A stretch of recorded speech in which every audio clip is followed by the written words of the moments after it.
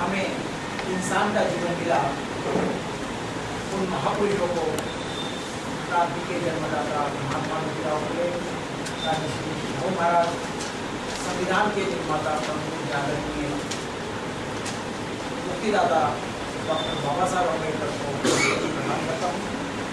आज के विचार पर उपस्थित और हमारे पैगाम के राष्ट्रीय निमंत्रक आदरणीय वीरेंद्र साहब, पाटिल साहब, गोसाई सर और महाराष्ट्र के जो प्रमुख हैं हमारे पैगाम के माननीय ममता गोसाई मैडम, राहुल कांबले जी और सभी उपस्थित भाई और बहनों, मैं 2-3 मिनट में बात करूँगा क्योंकि बहुत सारे लोगों ने बात किया है और वही बातें दोहराना मैं अच्छा नहीं समझता हूँ। एक बात अभी सावंत साहब ने जिक्र किया कि जिनके घर में टॉयलेट नहीं होगा उनको सरपंच की या ग्राम पंचायत की इलेक्शन को खड़े रहने का या रिप्रेजेंटेशन करने का अधिकार नहीं है। तो इस देश में जो 83 करोड़ लोगों का 20 रुपया इनकम है, इस देश में 1,75,000 बिजली से, इलेक्ट्रिसिटी से वंचित है। ये सरकार को भी यहाँ रहने का अधिकार नहीं है, ये भी हमें जान लेना चाहिए। अगर ये इस तरह से कानून करते तो इनको रहने का कहाँ अधिकार है? लेकिन इनको अगर उनकी जगह से भगाना है, नीचे उतारना है, तो बाबा साहब ने हमें जो वोट का अधिकार दिया, सबसे बड़ी क्रांति बाबा साहब ने हमारे लिए की है संविधान के माध्यम से।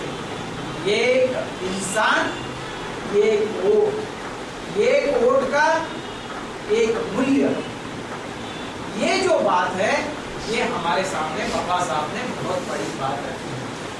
लेकिन बात बाबा साहब ने दूसरा भी बात किया है कि जब तक जाति की भावना है तब तक कोई संगठन नहीं हो सकता है, तब तक कोई क्रांति भारत में नहीं हो सकती। तो पहले हमें क्या करना पड़ेगा कि अलग अलग जाति में जो कोसप्रल है, समदुखी है, उनको एक सोच में लाना होगा। अगर एक इंसान का एक वोट है, एक वोट का एक मूल्य है, ये बात तो है, लेकिन एक सोच नहीं बनी है। जब हम 6,743 जातियों में बटा हुआ समाज को एक सोच के ऊपर लाएंगे, कौन सी सोच है? समता, स्वतंत्रता, भाईचारा और न्याय की सोच। ये सोच के अगर हम ऊपर समदुखी लोगों को इकट्ठा लाते हैं तो इस देश में जो भटजी सेठ जी का सरकार है, गरीबों का सरकार नहीं है, वो सरकार नीचे आ सकता है। फुले अम्बेडकरी विचारों का जो सरकार है इस देश में आ सकता है, लेकिन इसके लिए काम करना है। काम करने के लिए दिन रात जो है, जो हम ये नहीं बता रहे कि अपनी नौकरी छोड़ना चाहिए, सामंत साहब ने बताया कि अपना नौकरी छोड़ना चाहिए, वगैरह की बात नहीं है, लेकिन अपनी नौकरी संभालकर, कुटुंब संभालकर और सामाजिक परिवर्तन का काम हम उठा सकते हैं। लेकिन बात क्या हो रही है कि बात ये सोच हमारे पास नहीं आई। जब सोच आती है तो जैसे हमारे कार्यकर्ता है, अभी आपको मैं बता दूं कि 1-2 साल से अभी हमारे साथ माननीय लक्ष्मण सिंह के, माननीय संतोष बोधरे, माननीय राहुल राठौर, माननीय चंद्रकांत पगारे, अगर 1-2 साल से या कुछ लोग 1 साल से, कुछ लोग 6 महीने से काम कर आपने देखा होगा कि राहुल रास्कर ने जो बात हमारे सामने रखी, तो एक नौजवान लड़का कितनी गहराई से समाज के बारे में सोचता है। केवल सोचता नहीं तो वो विचारधारा अपनाता है, केवल अपनाता नहीं तो वो विचारधारा लोगों तक पहुंचाने के लिए दिन रात काम करता है। तो ये केवल लोगों में अगर विचारधारा का निर्माण होता है, सोच लोगों तक जाती है तो परिवर्तन आ सकता है। और पैगाम क्या है? पैगाम आशा है।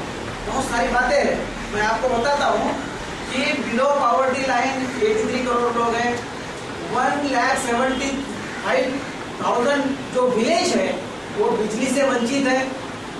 उसके बाद में 12 लाख टीचर की जगह है खाली है। और राहुल जी ने बताया कि महिलाओं के तरफ और युवकों के तरफ और हमारी ग्रामीण जो समाज की स्थिति है उनके तरफ देखने का नजरिया गलत है।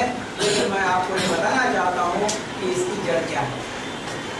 सभी समस्या की जो जननी है उसकी जड़ है यहाँ की सामाजिक व्यवस्था, यहाँ की चातुर्ण व्यवस्था। इस चातुर्ण व्यवस्था ने हमें इंसानियत से दूर रखा है।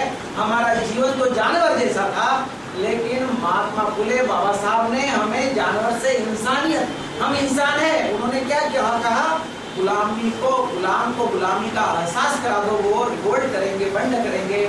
आज वो एहसास दिलाने की जरूरत है और एहसास दिलाने वाले लोग बहुत कम है।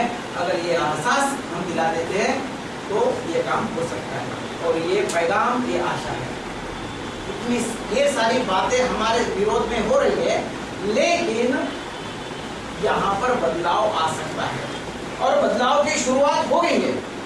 बदलाव की शुरुआत इतनी तेजी से हो रही है कि हमारे जो विरोधक है वो एकदम घबरा रहे हैं। अभी आप 2 दिन पहले का जिन्होंने महाराष्ट्र टाइम का अग्रलेख पढ़ा होगा, उन्होंने ये बदलाव की शुरुआत देखी होगी कि जो लोग हमारे दुख दर्द लिखने की कभी भी उनको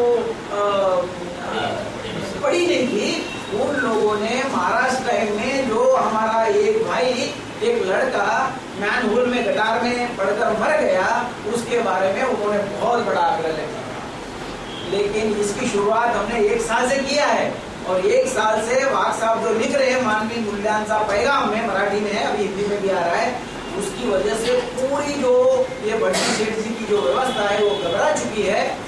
और आज जो हमारे भाई लोग, हमारे सावंत साहब ने बताया कि 8000 के ऊपर काम कर रहे हैं। और कौन सा काम कर रहे हैं सावंत साहब? वो जो लोग बहुजन समाज के कर्जा लेते हैं बैंक से, प्राइवेट बैंक से, उनकी वसूली करने के, उनको दम देकर वसूली करने का काम भी हमारे भाई लोग कर रहे हैं। इतनी दुख की बात है कि हमारे भाई लोग 3% से, जो ये ICICI बैंक है, स्टैंडर्ड चार्टर्ड बैंक है, वो 3% यानी साल का 36, और उसमें और भी इंटरेस्ट बढ़ा देते हैं। फिर हमारे लोग डिफॉल्टर हो जाते हैं। डिफॉल्टर होने के बाद में हमारे ही भाई उनको, हमारे भाइयों से कर्जा उठाने के लिए उनको दम देते हैं और बहुत सारे कर रहे हैं, मजबूरी है कर रहे हैं। लेकिन ये स्थिति बहुत देर तक नहीं चलेगी। इसके लिए अगर हम काम करते हैं तो आने वाले 2 साल में